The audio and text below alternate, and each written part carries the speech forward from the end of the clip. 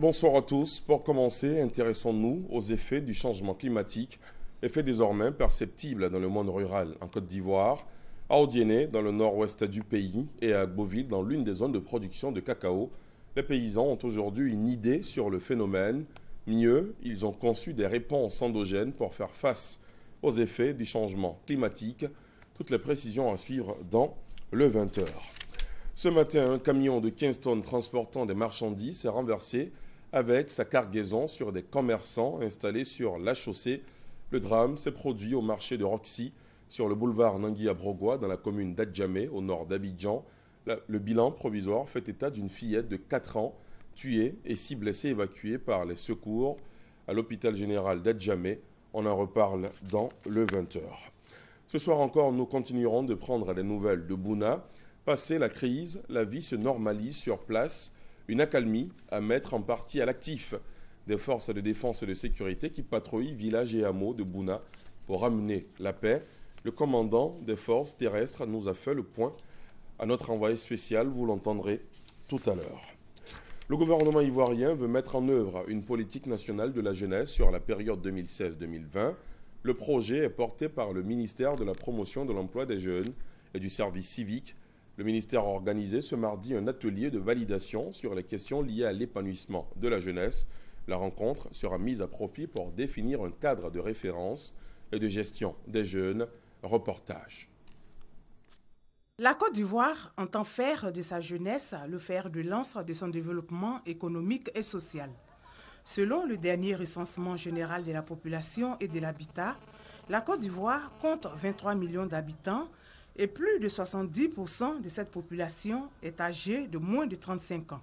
Pour élaborer une politique nationale de la jeunesse 2016-2020, un atelier se tient à Abidjan. Pour être émergent en 2020, notre pays devra compter sur l'Ivoirien nouveau, concept qui ne peut que se retrouver dans une jeunesse consciente, ayant la culture du travail bien fait, le sens de l'entrepreneuriat, le goût de la réussite par ses propres efforts, en comptant sur ses potentialités et ses capacités propres. La rencontre concerne partenaires techniques, financiers et autres structures œuvrant pour la promotion de la jeunesse. La contribution qu'on a essayé d'apporter dans le cadre de la Côte d'Ivoire, c'est globalement d'apporter un appui, d'accompagner en fait les principaux acteurs nationaux pour avoir une meilleure compréhension en fait des multiples dimensions du bien-être et de l'inclusion des jeunes. Une opportunité pour nous les jeunes de s'exprimer, de dire qu'est-ce qui ne va pas au sein de la jeunesse, qu'est-ce que nous voulons nous en tant que jeunes, qu'est-ce qu'on peut aussi proposer comme idée. Cette politique nationale de la jeunesse va permettre au gouvernement ivoirien de définir un cadre de référence et de gestion des jeunes pour leur épanouissement.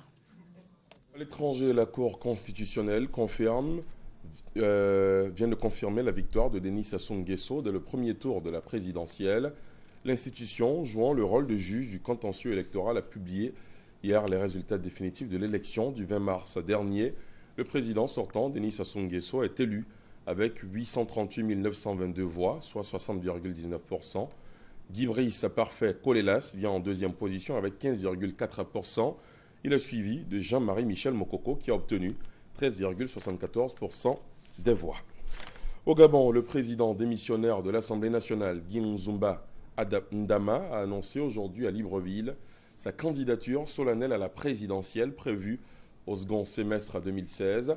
Figure politique bien connue dans le pays, président de l'Assemblée nationale depuis bientôt 20 ans, Nzumba Ndama a également annoncé à Libreville devant plusieurs centaines de sympathisants sa décision de se mettre à l'écart du Parti démocratique gabonais, PDG, au pouvoir. En France, alors que l'examen en commission du projet de la loi El Khomri a débuté ce mardi à l'Assemblée nationale, une nouvelle manifestation a lieu entre Bastille et Denfert-Rochereau. D'autres manifestations sont prévues à partir de 18h dans plusieurs autres grandes villes françaises.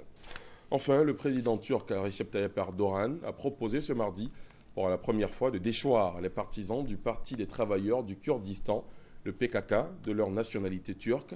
Nous devons prendre toutes les mesures, y compris de déchoir de leur nationalité les sympathisants de l'organisation PKK en rébellion depuis 1984, a déclaré à Ankara le président Erdogan, qui a multiplié depuis des mois les poursuites judiciaires contre les soutiens de la cause kurde.